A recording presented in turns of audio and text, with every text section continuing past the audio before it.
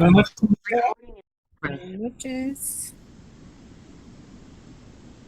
Me dicen en dónde me quedé, porfa.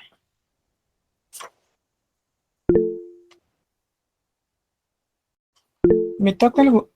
Sí, Luis Fernando, dime. Mencionó usted lo de...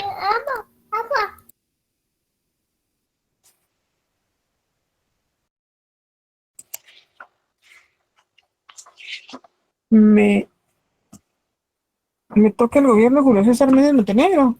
Que no, Perdona, licenciado. Sí, usted mencionaba que asesinaron a... Vamos a ver, a Mario Méndez Montenegro. Entonces, pensaron en Julio César Méndez Montenegro, que era un abogado, pero que ya, ahí me finalmente quedé se reelecto. entonces. Ya, Sí, gobierno de Julio César Méndez Montenegro. ya, gracias.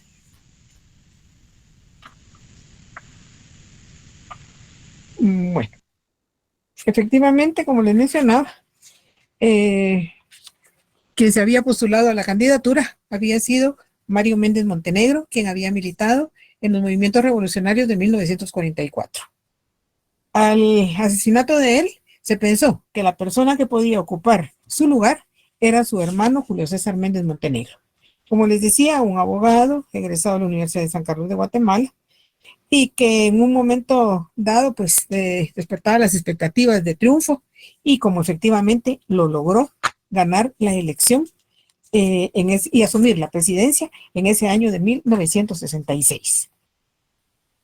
Sin embargo, en el momento que asumió la presidencia, eh, y al enterarse el ejército que había ganado él, que iba por el Partido Revolucionario, no dejó de alertarlo porque pensó que a pesar de que no era Mario Méndez Montenegro, pero que iba a continuar con la misma política de gobierno que había llevado a cabo los gobiernos revolucionarios.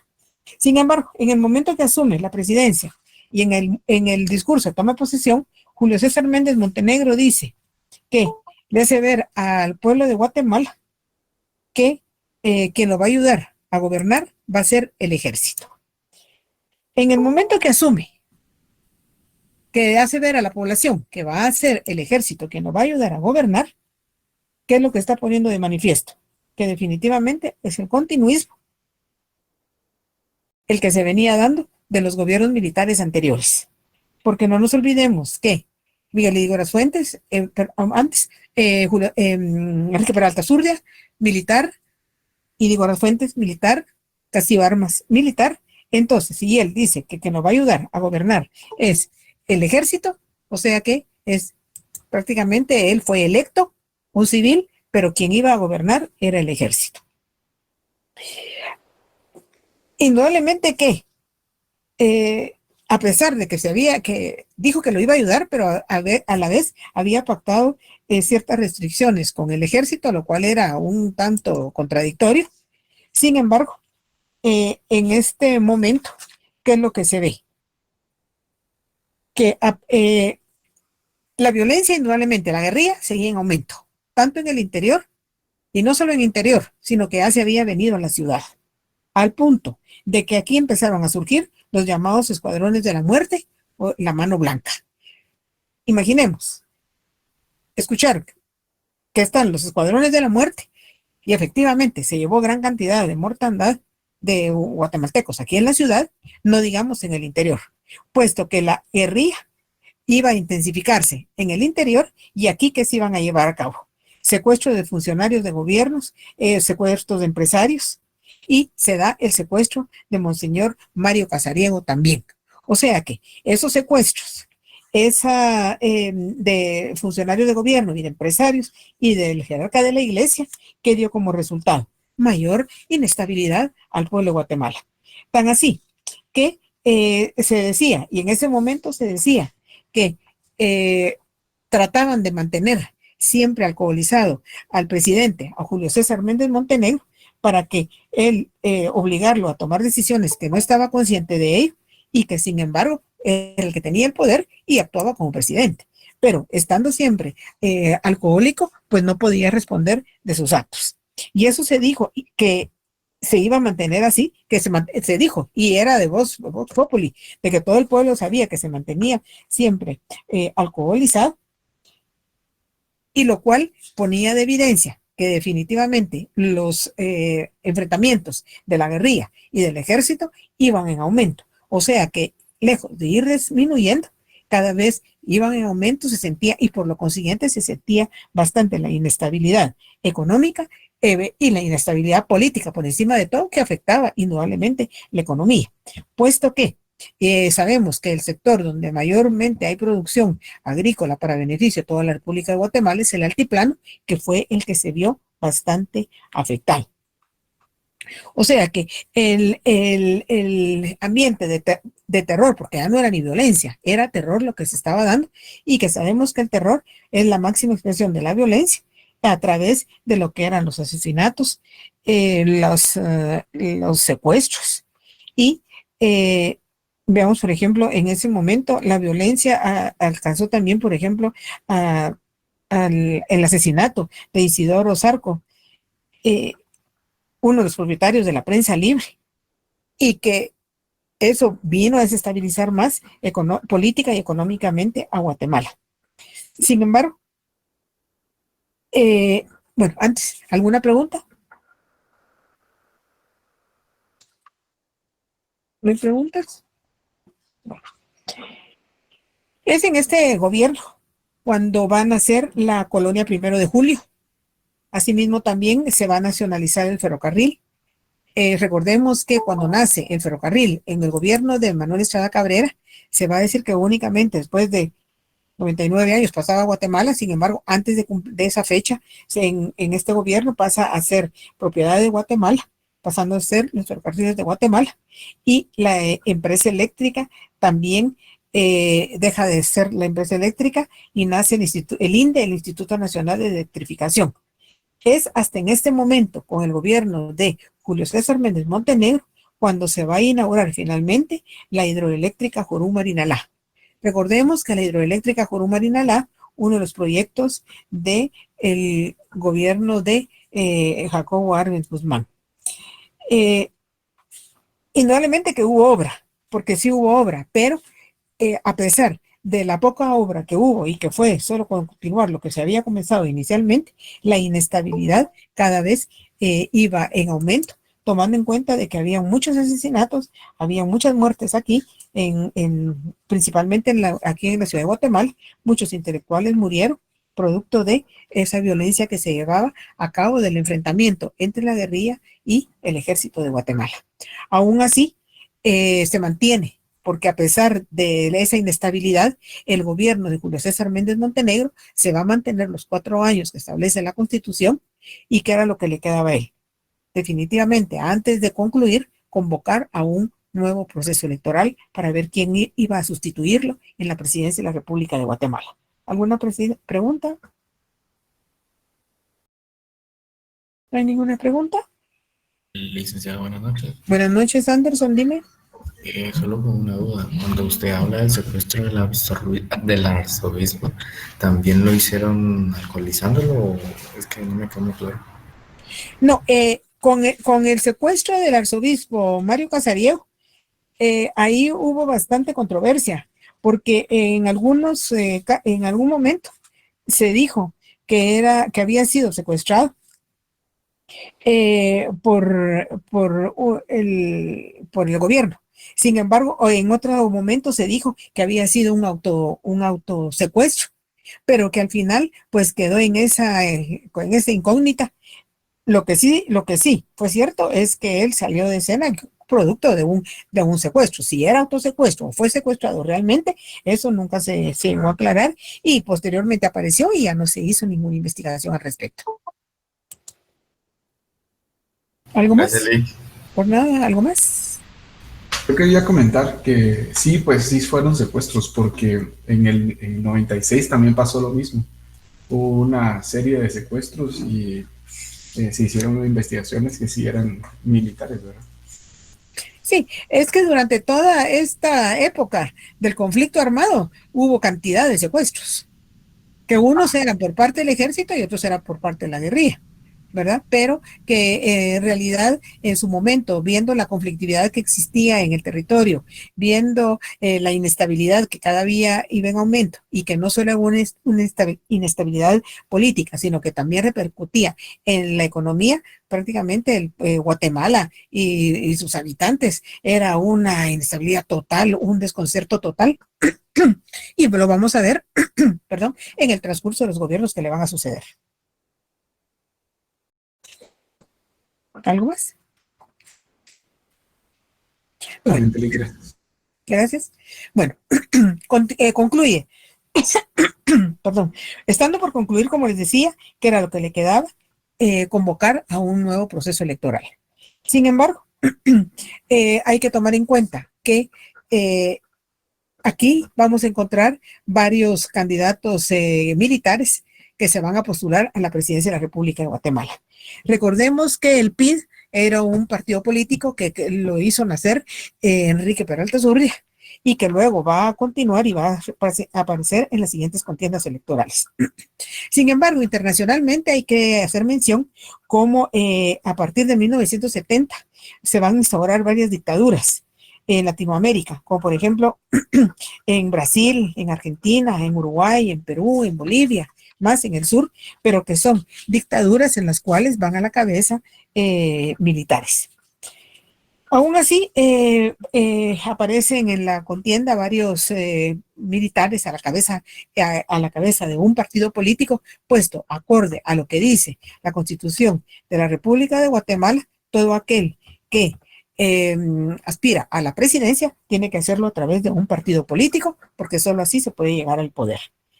En el año de 1970 asume el gobierno Carlos Arana Osorio, otro militar más que ganó a través de un partido político. Pero como fue a través de un partido político, prácticamente es un gobierno legítimo. Sin embargo, ¿qué se da en este momento? Cuando se da el proceso electoral, muchos guatemaltecos, ¿cuál es su forma de pensar? ¿Para qué vamos a votar si es un militar más el que va a llegar a la presidencia? Puesto que eran varios militares que se postulaban a través de diferentes partidos políticos. Entonces, eso que da como resultado esa apatía, ¿para qué ir a votar?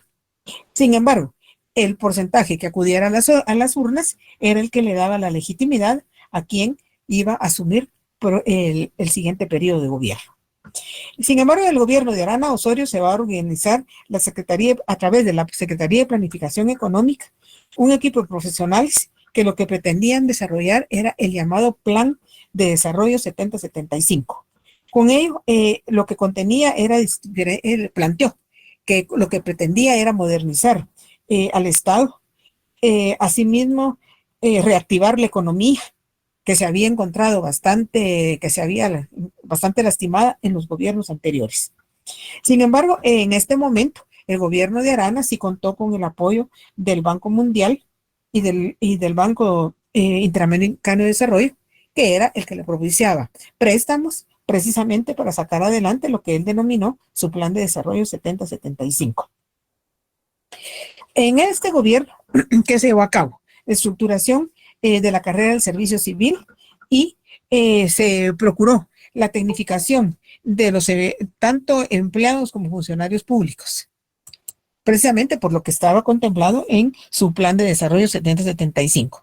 También se dio la reorganización del Ministerio de Hacienda y Crédito Público, lo que actualmente conocemos como el Ministerio de Finanzas Públicas. Asimismo, también se crea en ese gobierno lo que va a ser el NIT, el número de identificación tributaria. Un número que no fue más que para abrir la posibilidad de controlar a toda la población con fines políticos.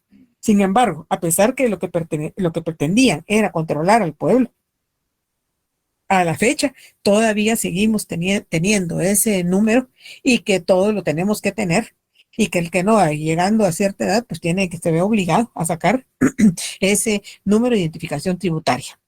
También pretende este gobierno de Arana darle atención al sector agrícola y por lo consiguiente se ve la necesidad de crear una estrategia para procurar el bienestar y el desarrollo del sector agrícola.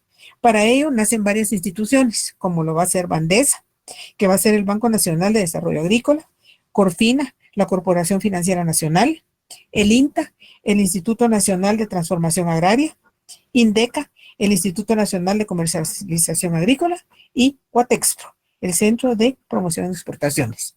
Si nos damos cuenta con ello que se está apuntalando, indudablemente, el sector agrícola. Sin embargo, estaba la ironía de que aquí, en la ciudad de Guatemala, estaban estas instituciones para apoyar al agro, para que se desarrollara el agro y automáticamente la economía. Sin embargo, en el interior, el reconocimiento de la violencia se seguía dando. Se seguían dando los asesinatos en el interior de la República, la persecución hacia los poblados, que fue lo que dio como resultado empezar aquel éxodo de guatemaltecos.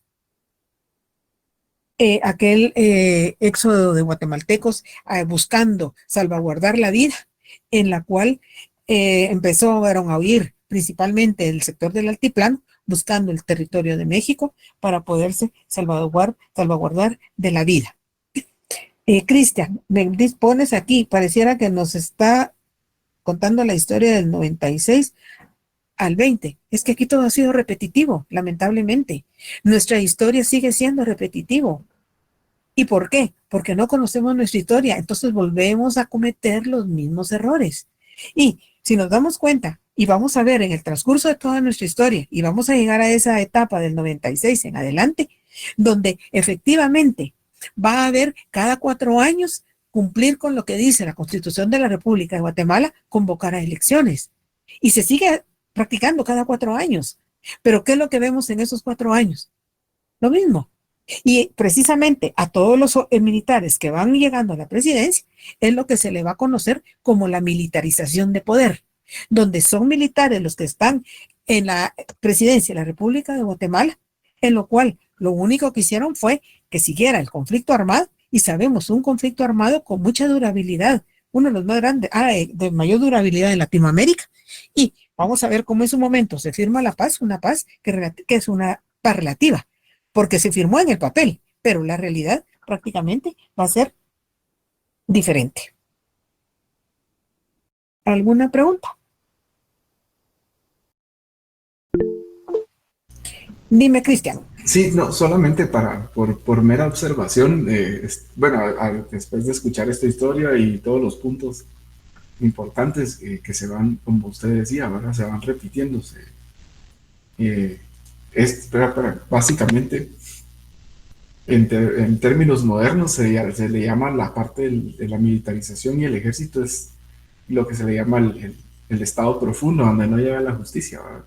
Y son ellos los que siguen mandando. Entonces por eso le decía, yo iba conectando puntos que son prácticamente ellos son los que están detrás moviendo las marionetas, ¿verdad? Sí, lamentablemente esa es nuestra realidad.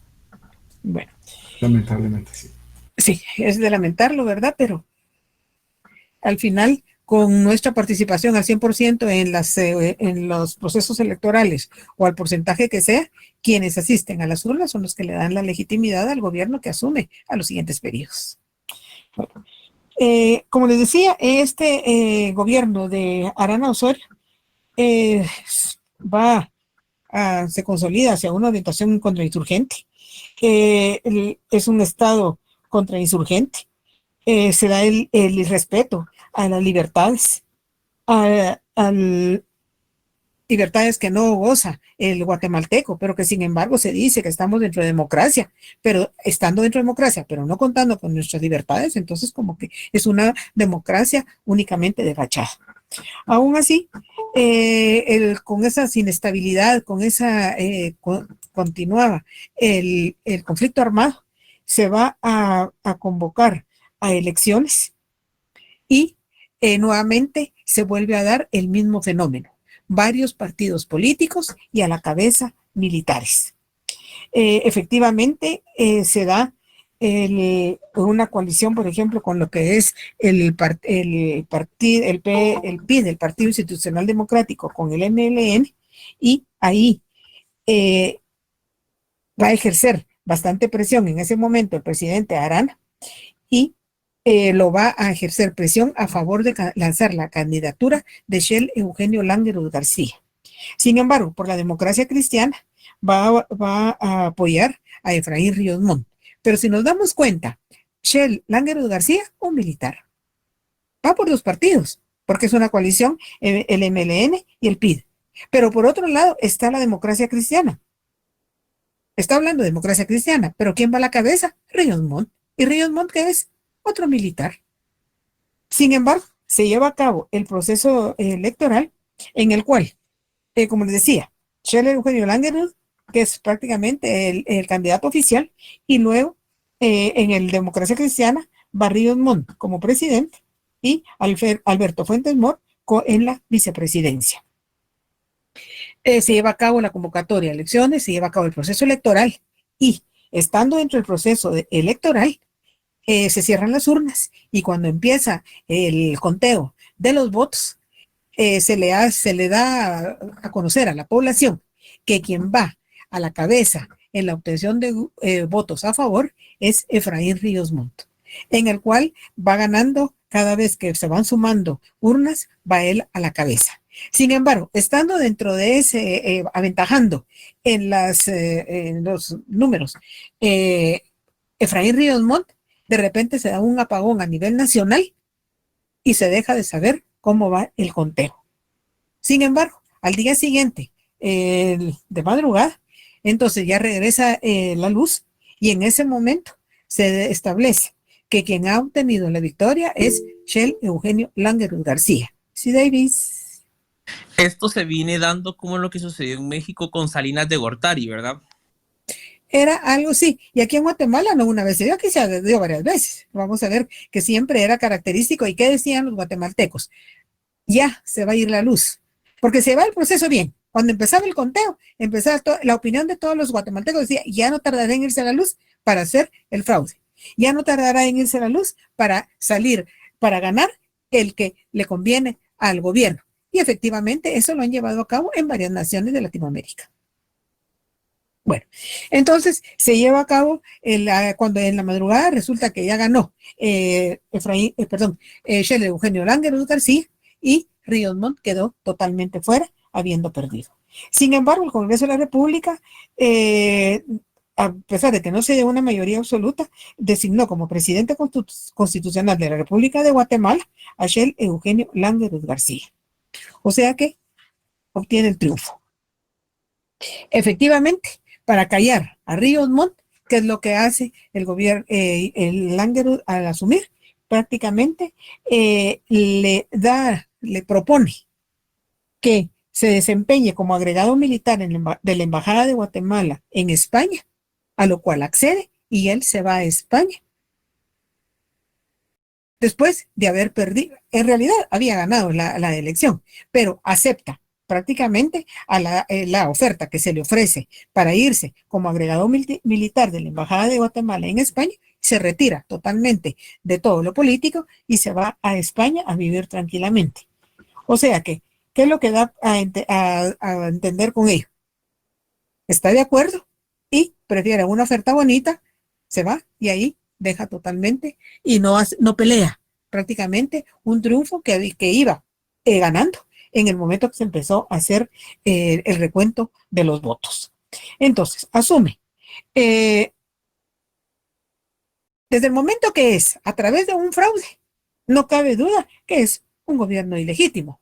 Pero a ratificarlo el Congreso y darle toma de posesión, pasa a constituir un gobierno legítimo, el cual estaba con total descontento de la población. El pueblo de Guatemala no está conforme con la elección, ni mucho menos con el que haya asumido Shell Eugenio Langerud García. O sea que hay bastante descontento por parte de la población, no está satisfecha con los resultados que se habían obtenido, pero que al final se le otorga el cargo. Sin embargo, a pesar de todo ello, el conflicto armado se sigue dando tanto en el interior de la República como aquí en la ciudad de Guatemala. Asimismo, es en este gobierno cuando se da la apertura de la franja transversal del norte, que constituyó parte de una estrategia, indudablemente fue una estrategia militar, y que se le llama la zona reina, que estaba conformada por los departamentos del Quiché, Alta Verapaz y el Petén, lo que es la franja transversal del norte. A ver, Anderson, esta es la primera vez que sucedió el apagón de luz. No, sí es la primera vez, pero van a seguir otros apagones que se da el mismo fenómeno. Con la diferencia que vamos a ver más adelante, que no son tan largos los apagones, como en el caso de Langerhans, que ahí sí, se fue tipo 8 de la noche y no apareció hasta la madrugada. La luz regresó nuevamente. Entonces, como les decía, a raíz de eso, de lo que va a ser establecer la franja transversal del norte, es que el ejército va a construir algunos caminos de acceso como obra de infraestructura para todos aquellos lugares que no la tenía, para desarrollar económicamente a esos lugares y contribuir al desarrollo de la infraestructura en Guatemala. Sin embargo, estando dentro de la presidencia, Shirley Eugenio Langerhans García, se dan los terremotos de 1976.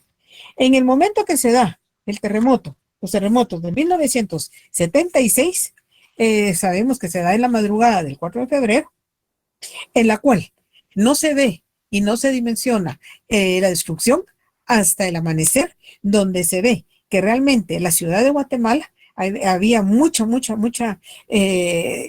casas en el suelo, mucha infraestructura dañada, y no digamos en el interior.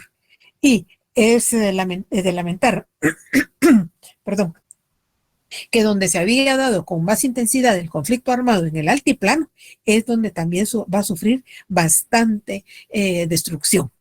Sin embargo, en el momento que se sabe del terremoto, el mismo presidente Langerhans García sale a inspeccionar cuál es la magnitud de aquel terremoto. O sea que, a pesar de haber asumido con descontento, a pesar del pueblo de Guatemala no estar conforme con la elección, se mira que la actuación de Langerhans García es tomar realmente el mando e ir a ver cómo iba a levantar a Guatemala. Y efectivamente, ¿qué fue lo que dijo Langerhans García? Guatemala está herida, pero no de muerte.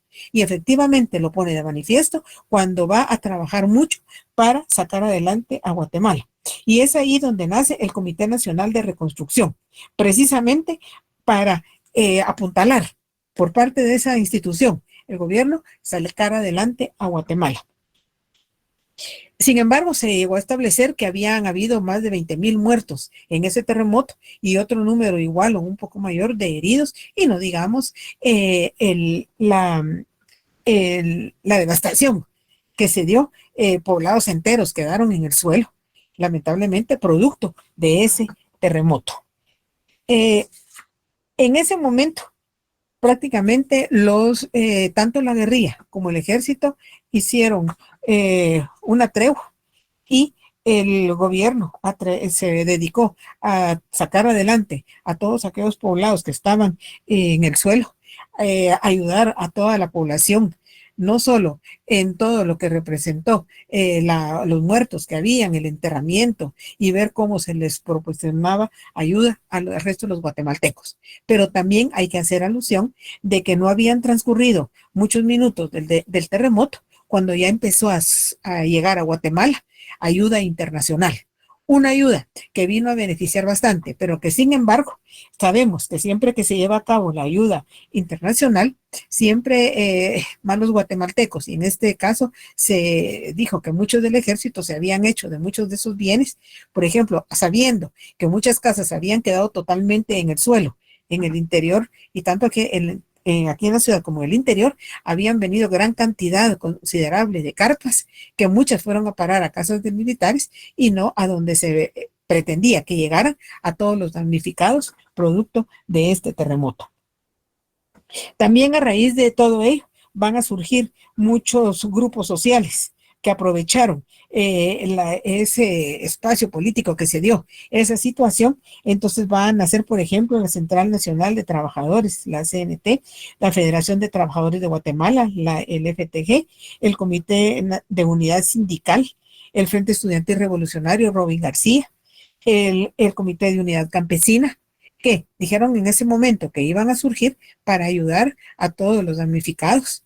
Y como les digo, aprovechando los espacios políticos que habían quedado, entonces se van a aglutinar en esos grupos que después se van a convertir en algunos, se llevará a cabo movimientos indígenas en los cuales pedían la reivindicación de todos los indígenas que se habían visto afectados durante el conflicto armado y que lamentablemente en ese enfrentamiento entre la guerrilla y el ejército, quienes salieron más damnificados fueron la población civil de todo el poblado indígena en el interior y, como les decía, principalmente en el altiplano, que fue el que estaba mucho más lastimado y que se vio también muy lastimado durante el terremoto. También la iglesia, van a venir órdenes religiosas, se van a ir al interior y van a actuar también en ayuda, apoyo, precisamente hacia todos los damnificados, pero que después se va a canalizar a que se van a ir asociando con los grupos guerrilleros y se va a aprovechar, por ejemplo, esa instrucción, ese adoctrinamiento a manera de reforzar aún más el movimiento guerrillero. Lo cual, ¿qué viene a dar como consecuencia? El recrudecimiento de la violencia. Prácticamente ese recrudecimiento de la guerra, en la cual se va a dar no solo en un determinado lugar, sino que para este momento va a ser a nivel nacional. La guerrilla también se va a consolidar en organizaciones que van en muchas organizaciones que van a situarse en el área rural, y no solo allá va a ser más, pero también van a ver aquí en la ciudad capital, más que todo utilizando juventud universitaria, en la cual se van algunos a unir de lleno a los grupos guerrilleros y otros lo van a hacer, por ejemplo, desde la universidad a través de emisión de panfletos, de propaganda que se va a dar, y también eso va a dar lugar a que van a estallar muchas bombas panfleteras aquí en la ciudad de Guatemala, lo cual da como resultado bastante inestabilidad. También se van a dar, por ejemplo, varios asesinatos, como por ejemplo el de Luis Arenas en el interior de la República, en lo que va a ser la finca La Perla, que se decía que estaban a favor, unos decían a favor del ejército, otros a favor de la guerrilla, y que llegaban también, y por ejemplo también se lleva el asesinato de varios del sector económico de Guatemala, por ejemplo, se da el secuestro de Herrera Ibargüen, quien había sido el ministro de Gobernación durante el gobierno de Arana y que es secuestrado en este gobierno.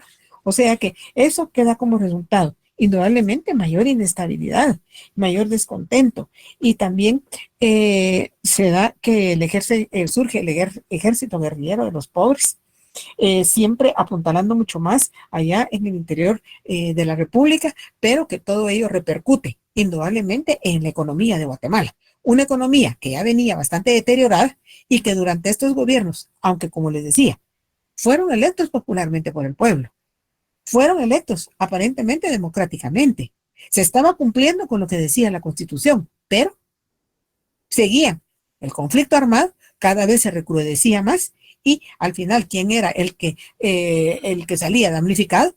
En general, el pueblo de Guatemala. ¿Alguna pregunta hasta acá? ¿No? Sí, Davis, dime. Licenciada, disculpe, ¿cuál es la fecha exacta entonces en que inicia la guerra civil en nuestro país en aquel entonces? Como les mencionaba, el movimiento guerrillero nació durante el gobierno de Miguel Hidalgo Las Fuentes, en el cual, recordemos el levantamiento que se da en los levantamientos de marzo, abril de 1960, donde vemos ese fraccionamiento del ejército. Recordemos, ¿quiénes son los primeros que se inician? John Sosa, Turcio Lima, y que parte del ejército, que era lo que pretendían ellos en ese momento, votar el gobierno de Miguel Hidalgo Las Fuentes. Y que ahí, ¿qué es lo que vemos? Ese fraccionamiento del ejército, que un fraccionamiento que se inicia prácticamente desde el gobierno de Arbenz, pero que a la fecha el ejército sigue fraccionado. ¿Por qué? Porque, ¿qué es lo que busca?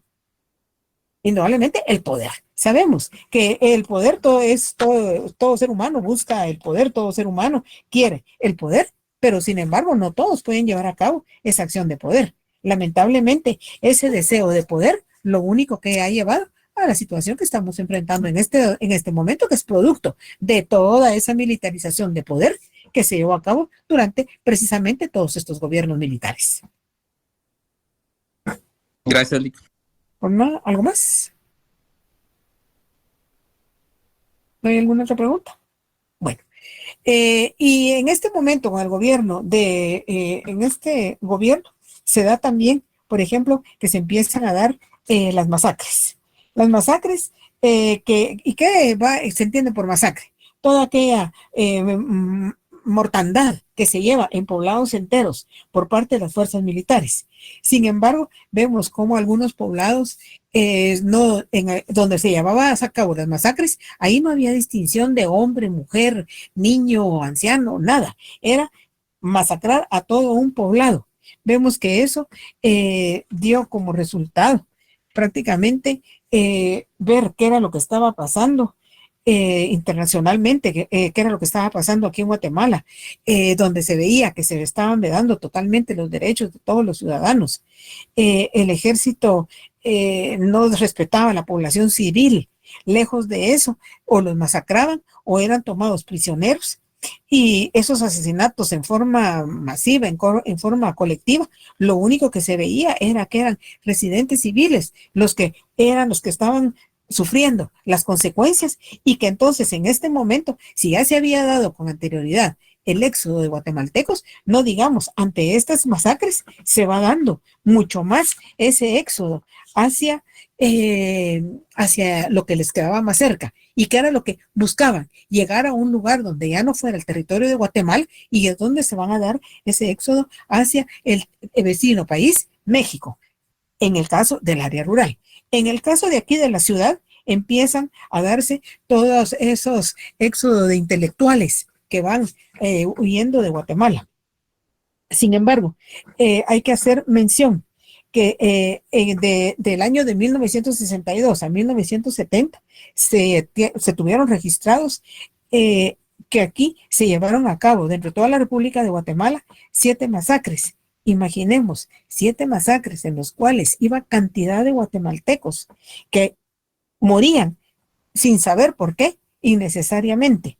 Y se cometió, por ejemplo, la masacre de Panzós en Alta Verapaz, en la cual un número considerable de campesinos murieron, más de 50, y otros tanto igual quedaron heridos, y que ese hecho sangriento prácticamente, que es lo que se le atribuye al destacamento militar que se encontraba en aquel lugar, en el cual hubo manifestación de campesinos que protestaban también contra los finqueros y contra las autoridades locales, que en un momento dado se unían y también apuntalaban todas esas acciones llevadas a cabo. Y como resultado, esos sectores de la sociedad, había un descontento, una indignación, una inestabilidad, indudablemente, que, como les decía, ese enfrentamiento de guatemaltecos con guatemaltecos, que no se ganó nada, pero que sí se perdieron muchas vidas humanas, y que en esos éxodos que se llevaban a cabo, sabemos cuántas familias quedaron desintegradas, cuántos niños quedaron perdidos. Y hemos visto, por ejemplo, que a través de los años ya personas adultas que se perdieron de niños, algunos quedaron aquí mismo en la República de Guatemala, otros fueron a parar al extranjero, y que luego ya con el correr de los años, ellos por su propio interés, investigando dónde era, han habido reuniones familiares donde niños que se perdieron de 3, 4 años, o bien empezó aquella etapa de adopciones irregulares, de tantos niños que quedaron huérfanos, como les digo, huérfanos porque murieron los padres, y otros porque se perdieron en su deseo de salvaguardar la vida. Aún así, con esa inestabilidad, aún así con ese descontento que había por parte de todos los sectores de la población, Langueros García llega al final de su periodo, que es cierto, cambió su postura, porque al principio no se quería el gobierno a Langueros García en la presidencia, pero ante la actuación que tuvo ante el terremoto, con lo que hizo para sacar adelante a Guatemala. Y hay que hacer mención de que realmente sí se preocupó y Guatemala se recuperó en poco tiempo. Porque a pesar de todo el desastre que conllevó ese terremoto del 76, Guatemala se logró reponer rápidamente. Cosa, por ejemplo, que no sucedió, por ejemplo, en Nicaragua, que había dado el terremoto con anterioridad. Pasaron décadas y Nicaragua no lograba salir adelante. En cambio, Guatemala, a pesar de lo descontento que había hacia su gobernante, actuó en una forma rápida. Languerus García sacó adelante a Guatemala y que sí es de agradecerle lo que hizo en pro de Guatemala. Sin embargo, algunos de ustedes recordarán que cuando murió hace algunos años Languerus García, nadie se acordó de lo que había hecho un día en beneficio de Guatemala. Claro, lo que lo opacó y a todos estos gobiernos militares ha opacado precisamente ese crecimiento del conflicto armado, de la gran mortandad de guatemaltecos innecesariamente. Aún así, Languerus García llega al final de su periodo de gobierno y convoca elecciones, y en la convocatoria de elecciones nuevamente se vuelve a dar el mismo fenómeno. Varios partidos políticos y a la cabeza militares, porque sabían que era la única forma que podían tener para poder llegar a la presidencia. Se lleva a cabo la elección y en la elección de ese momento, aunque hay bastante apatía, hay bastante abstencionismo por parte de los guatemaltecos, aún así el porcentaje que asistía a las urnas electorales era el que le va a dar legitimidad a quien va a asumir la presidencia. Y es así como en el año de 1978 va a salir electo Romeo Lucas García. ¿Pero qué característica tiene Romeo Lucas García? Otro militar más. Y entonces ahí es donde hablamos de la militarización de poder.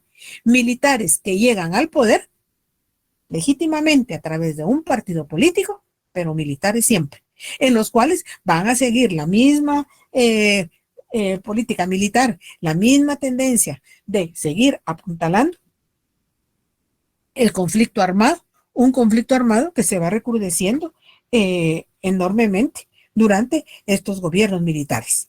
Efectivamente, como les decía, asume Romeo Lucas García la presidencia de la República de Guatemala en el año de 1978. Un militar más que va a poner en marcha los diferentes recursos del terror. Él sí utiliza el terror totalmente en darle al asesinato, que se dan asesinatos en la vía pública, se dan asesinatos, por ejemplo, que en este gobierno de Lucas García, la institución que mayormente se vio afectada en asesinatos, secuestros, violaciones de todo tipo, es la Universidad de San Carlos de Guatemala. Muchos intelectuales murieron durante este gobierno y de ahí la razón por la cual se dice que uno de los gobiernos más sanguinarios que ha tenido Guatemala es el de Romeo Lucas García. Su ministro de la Gobernación en ese momento era Donaldo Álvarez Ruiz, director de la Policía Nacional. Estaba Chupina, recordemos que han estado en juicios, pero que lamentablemente salen adelante. Ya a estas alturas ya se les olvidó ni qué hicieron, todas las barbaridades que hicieron, que cometieron contra los guatemaltecos. Pero tomando en cuenta esa gran mortandad de intelectuales, ese gran éxodo de intelectuales de Guatemala, por eso es que se dice que fue uno de los gobiernos más sanguinarios. Ahora bien, indudablemente que todos fueron sanguinarios, con la diferencia que aquí atacaron el sector intelectual de Guatemala, mientras que con anterioridad había sido exageradamente, el terror había imperado en el interior, dirigido más que todo al sector indígena, y en la cual familias completas desaparecieron, no tenían derecho alguno de ninguna naturaleza, puesto que sitiaban todos los poblados y era donde se llevaban a cabo esas masacres, gran mortandad de guatemaltecos, con el aval, indudablemente, de las autoridades centrales. ¿Alguna pregunta?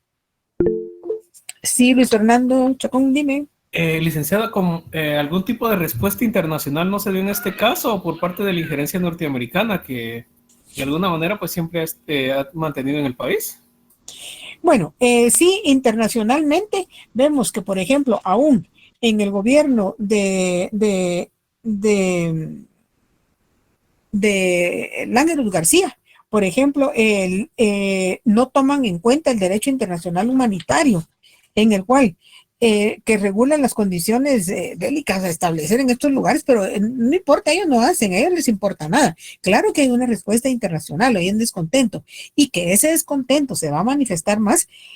Habrán oído ustedes, por ejemplo, que en el plano internacional va a repercutir mucho la situación de Guatemala cuando se lleva a cabo la quema de la Embajada de España. Recordemos que es un hecho también un tanto confuso, y ustedes se darán cuenta que cada aniversario, el 31 de enero, hacen alusión a la quema de la Embajada de España, y en la cual se dice que es muy, muy irónico que, a pesar de que se llevó la quema de la Embajada de España, fueron bombas Molotov. Se dice que unos fueron el grupo de indígenas que venían, que a la cabeza iba el papá de Rigoberta Menchú, premio Nobel, que fue posteriormente, que fueron los que llevaban las bombas Molotov. Sin embargo, hay quienes dicen que fue la policía la que hizo estallar las bombas, y que murieron cantidad de campesinos, y que sin embargo al embajador no le pasó absolutamente nada. O sea que son hechos confusos en los cuales realmente dejó mucho que discutir, y que en ese momento, si de por sí ya internacionalmente Guatemala estaba mal vista por los secuestros que se habían llevado a cabo, el asesinato del embajador agregado cultural, agregado dentro de la embajada de Estados Unidos, y no, a él se salvó el asesinato del embajador de Alemania, que sí fue asesinado, que se dice que fue por parte de la guerrilla. Y en este momento, lo que se da de la quema de la Embajada de España, imaginemos internacionalmente cómo se veía Guatemala. Guatemala, un país donde estaba totalmente, no se respetaban los derechos humanos. Y sin embargo, ya Cristian lo dijo hace un momento, seguimos en las mismas condiciones. Y era lo que les decía, aquí todo es cíclico, aquí todo es repetitivo. Quienes cambian son los nombres de quienes tienen la presidencia, quienes están de presidente, pero en realidad los hechos son repetitivos, se siguen repitiendo continuamente. Y en este momento sabemos que, por ejemplo, van a caer personas, por ejemplo, Colón Argueta es asesinado en este momento, una persona que se vislumbraba como un buen candidato para sacar adelante a Guatemala, para luchar por el bien de Guatemala, pero definitivamente aquí no conviene sacar adelante a Guatemala, y lejos de eso, que es lo que se ha hecho, precisamente ese conflicto se fue alargando más. Lucas García, como les decía, se dijo que en ese momento muchos desaparecidos, muchos estudiantes desaparecidos, y como les mencionaba hace un momento, la institución que mayormente se vio afectada fue la Universidad de San Carlos de Guatemala, tanto estudiantes como catedráticos, y una de las facultades que más se vieron damnificadas, una de ellas fue la Facultad de Ciencias Jurídicas y Sociales, donde muchos abogados, otros lograron salir exiliados, se fueron huyendo como pudieron, algunos regresaron y otros nunca más han regresado a Guatemala, producto de este éxodo que se llevó durante este conflicto armado. ¿Algo más? Gracias, licenciada. Por nada. Bueno, como les decía, la guerrilla siguió llevando a cabo secuestros, ajusticiamientos de militares, de empresarios. Se siguió dando, por ejemplo, en el interior, se seguía dando esto. Aquí en la ciudad de Guatemala, como les decía, va enfocado hacia el sector intelectual.